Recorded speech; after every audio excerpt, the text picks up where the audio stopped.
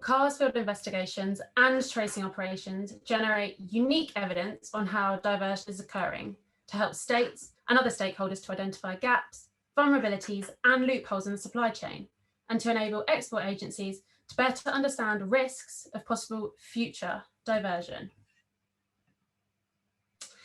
In December 2020, we released our third publication in the Diversion Digest series on the importance of timely and comprehensive tracing as a critical, practical measure to address diversion, which was funded by the European Commission.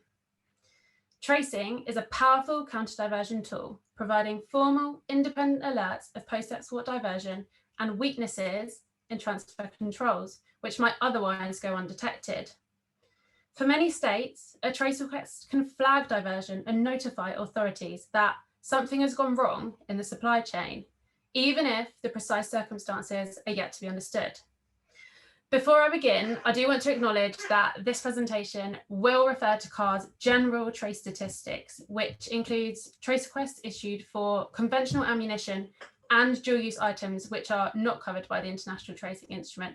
But hopefully I'll be able to demonstrate the benefit of tracing all recovered material to determine supply networks and how the principles of tracing outlined in the ITI can be material.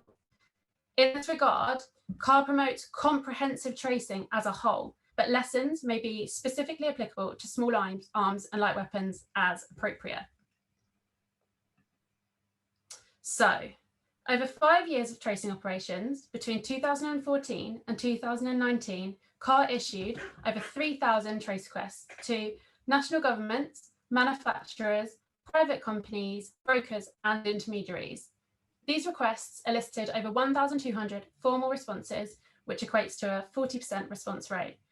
I would like to take this opportunity to express how grateful CAR is to all of its trace partners. The extensive cooperation we've received over the years is evident, with some European states responding to over 95% of our trace requests, and many of the most rewarding relationships are a result of years and years of engagement and trust building. So an alert provided by a trace request can inform unaware recipients that an item they exported is no longer with the authorised recipient. When a comprehensive response is provided, this can identify the precise mechanism of diversion that's occurred and present a red flag for possible nefarious actors and entities. With this information, it may encourage recipients to implement new policies and measures to prevent misuse, such as restricting transfers to a particular region or intermediary. For example, based on CAR's data relating to just one case, at least 3 EU member states denied export licenses to a red flagged importing state. By publicly reporting the information gained from the trace responses, a wide range of stakeholders are exposed to the lesson learned and have additional reasons to request more detailed information from a prospective exporter.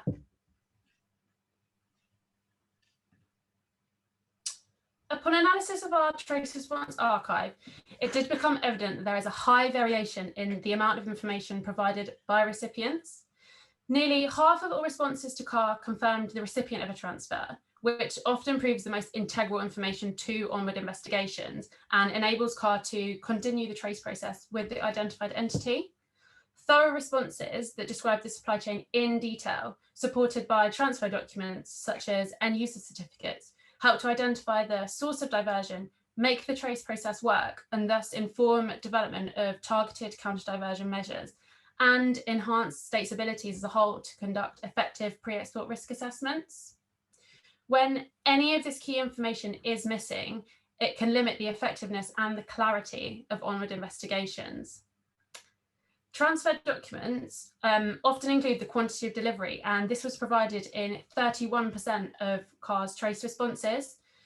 In this 31%, we found an additional 162 million units of weapons, ammunition, and related material was referenced in the just over 3,000 trace requests that we had sent. Provision of this information just allows CAR to develop a bigger picture of the possible proliferation in the location where the item was documented, and then we can inform our trace partners in country. However, I echo Ms. Van Deerlen in that none of this would be possible without records. The presence of records is essential to mapping the full chain of custody and identifying the point of diversion. Unique identifying marks on a weapon ensure its traceability, but only when they're registered in an effective record-keeping system. CAR found that in 30% of our traces, an absence of records inhibited our investigations. We know that some of the challenges, such as lack of records due to disintegration of a state, are almost impossible to address. However, others, such as record expiration periods, may be much easier to overcome. The figure on the screen illustrates one example of which CAR has many, showing this in practice. The item was manufactured in 1988, but the manufacturing state only keeps export records for 10 years. So by 1998, all records had expired. The item was recovered in 2019 from an armed group that had been recently using it in conflict, highlighting 10 years where the weapon well surpassed the manufacturing government's own record retention period and the minimum record-keeping obligations required by the ITI.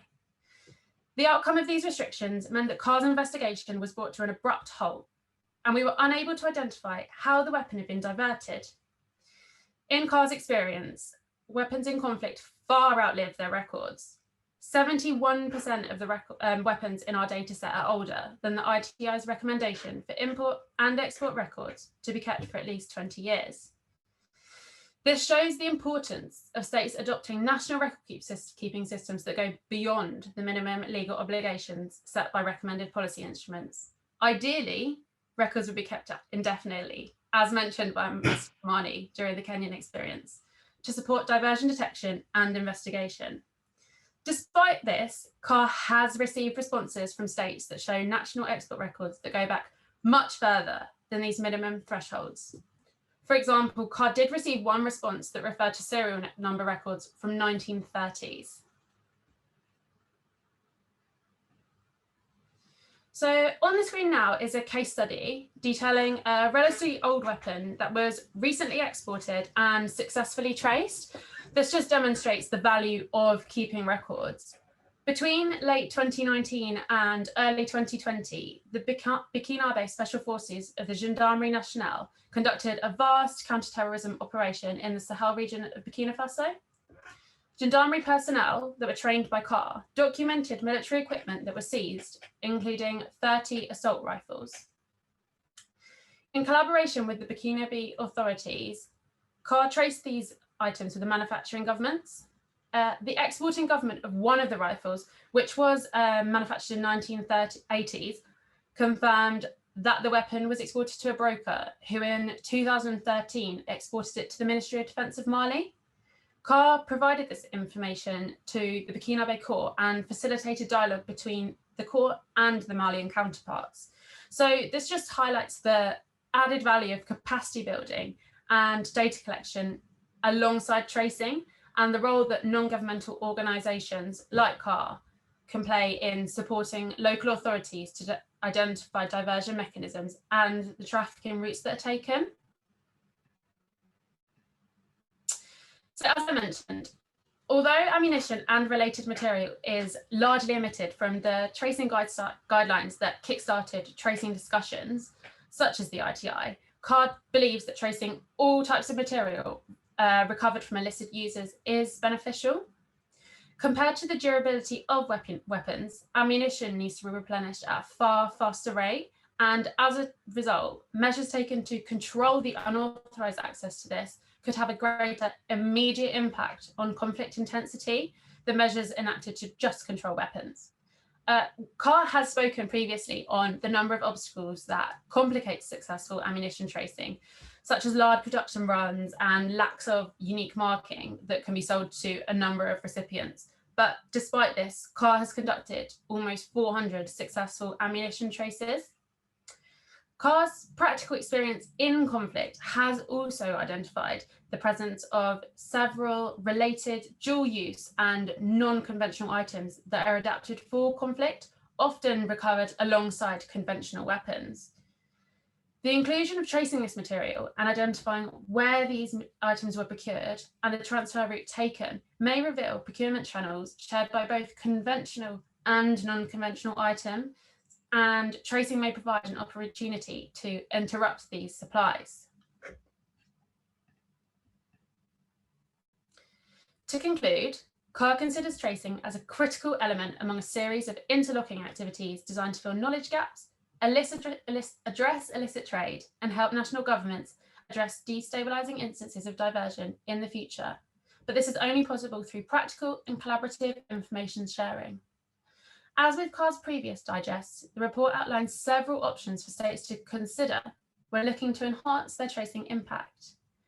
Specifically, engaging in accurate tracing, such as identifying serial numbers, encouraging tracing all material party to a conflict, maintaining accessible records indefinitely, and to cooperate effectively, responding in full and providing the highest level of and most expansive response requested.